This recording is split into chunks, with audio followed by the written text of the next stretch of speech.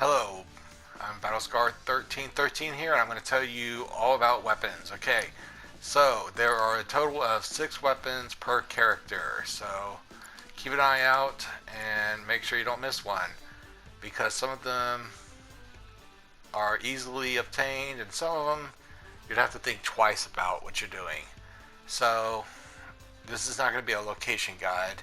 This is going to be a proficiency and stat bonus guide. So I'm going to tell you um, each weapon has its own ability. You have to be able to do certain strikes in order to learn stuff like triple slash. It says in the screen, strike 3 or more enemies. If you just attack 1 or 2 enemies with triple slash, you're not going to learn it.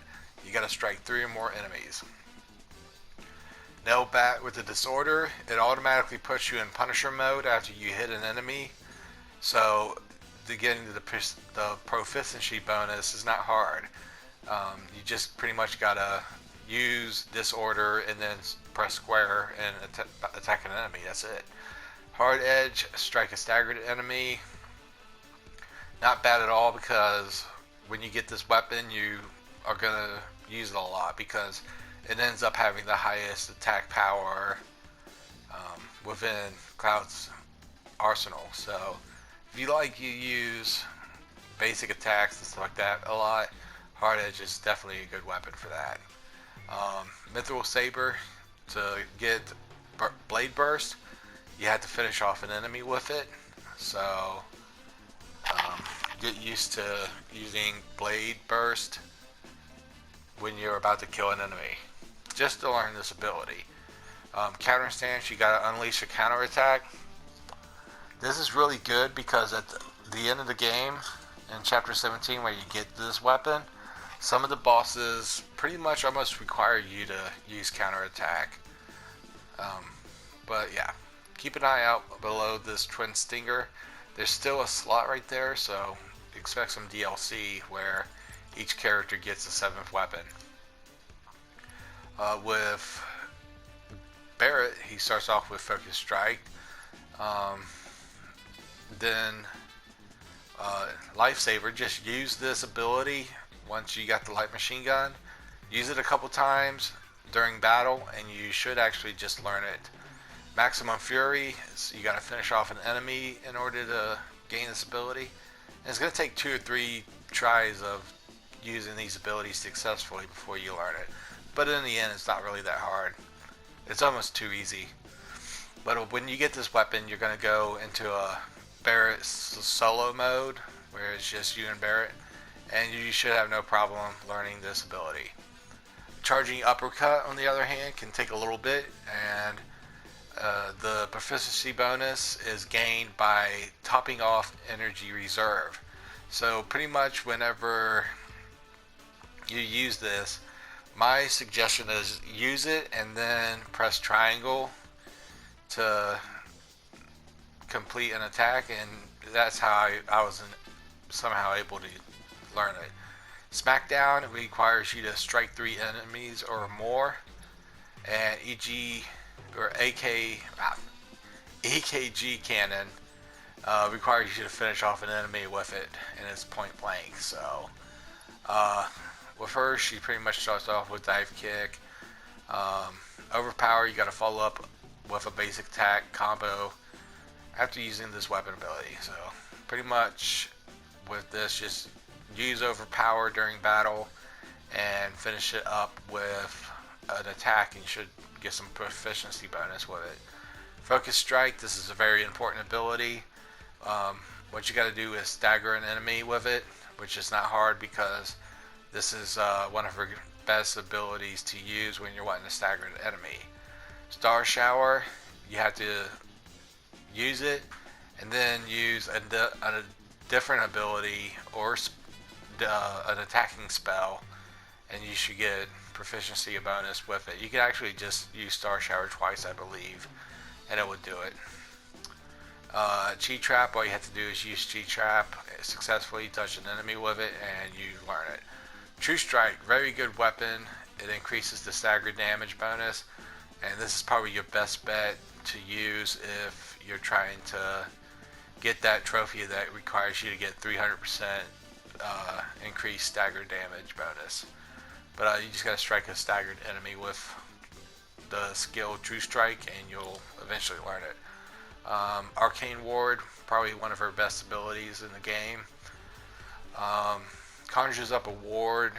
Attack spells cast within the ward will automatically be cast twice. So if you attack with fire, you're going to use fire twice. It's pretty good. And other characters can get in the ward, and they will have the ability to use 2 spells for 1 go each time too. So Sorcerer's Storm, not too hard to get. Once you get this weapon, you're in a spot where you might be near a coliseum, and attacking 3 enemies can be pretty easy at that point. Arcane Scepter has Fleeting Familiar. The best thing I did was I used it a lot, but it says unleash a consecutive attack of an ability or spell 1 time only during activation. I just use Fleeting Familiar. I'm pretty sure you just gotta like either attack consecutively or use a spell. Now Ray of Judgment, this is very easy to do. It's kind of like the True Strike ability of Tifa's, but it damages a lot. So in order to increase the proficiency bonus and learn this forever for your character, you gotta strike a staggered enemy while using Ray of Judgment. Lustrous Shield conjures a magical shield that keeps enemies at bay and stops projectiles. It's pretty decent if you like being defensive, but you gotta strike an enemy with it while you're in the shield, and eventually you'll learn it. And then we got ATB Ward, which is pretty good if you like stationary characters, as long as they're in that ATB Ward area. If they use a ability, they will gain a little bit ATB back. So say you use an ability, you get like 25 to 50% ATB for being in that ward. Now we're gonna look at which character has the best. Or right now we're gonna go over the upgrade system. Now every weapon has up to 6 trees. Some have 4, but with this, every time your character levels up, you get about 5 SP, and I think in the later level you get like 10 SP on the last level you get. But then after that, you got to find manuscripts in hard mode, which can be pretty difficult because I believe you got to do Wall Market twice, because you got to, well, I know you have to defeat the Hell House twice, but you got to do like Madam M and Sam's requests, which you can't do both of them in one playthrough. Also, the Chocobo and Mog summon gets replaced by one. But other than that, if you do every quest in the game, you should be able to find the manuscripts pretty easily without much other information. So most people would go with either attack power, magic attack power, max HP, or Punisher mode. But there is no wrong answer to this. If you choose something that you didn't really want, it doesn't matter, because like say the last thing I used was max HP plus 100%, or max HP plus 100, sorry. I didn't want the 100 HP, I just, wanted to make my character stronger. But I realized there is enough SP in the game for you to successfully max out every weapon.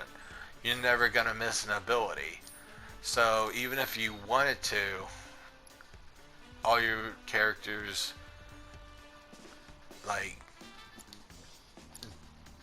don't have to worry about restraints. But if you did learn an ability that you did not want to learn, you can go to Chadley, reset upgrades, and here for 100 gil, you can reset your skill tree 100%, and you get every SP back for it. I sense a sudden surge of emotion in my future. Alright, now we're going to look at what weapons are the best. Uh, there's no easy way to say it. Buster Sword is the best. Gatling gun, leather gloves, guard stick. All these ones your character start off with. Now while you're going through the story, some of these weapons will be superior, but at the end of the game, once you've completed everything, yeah, the game's like, guess what? Your best weapon was the one you started off with. But you can see as I go down, um, Buster Sword, red means stats go down, blue means stats go up. Every weapon goes down besides the initials.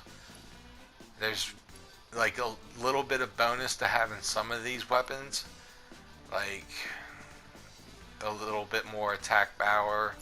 It's for very picky eaters. No, picky choosers which weapons you use. But if you want the all-around best weapon, my opinion would be the very first weapon they get. Once you have all the manuscripts, because all that red going down is bad. It's not good. I don't know why anybody would use them. But this one's a little bit different because a lot of it's blue. But you got to look at the magic attack. It goes down 145 points. That's the lowest I've seen a stat drop in the whole entire game. Its magic goes down 56 too, so watch out for that one. But other than that, those are the weapons. And like I said, there is a slot missing underneath this reinforced staff. Every character currently only has 6 weapons, and I can see DLC adding the 7th within the future. But this was for day 1. There was no patch. There was just the game. So we're going to see what DLC comes out, and then we'll have further look into weapons and what they have planned for the future of the Final Fantasy VII Remake. Anyways, hopefully this helps you out. If it did, leave a like. If it didn't, dislike. It doesn't hurt to leave a comment and subscribe to see more content. I'll see you next time. Thank you for watching. This is Scar1313 saying goodbye. Have a good day.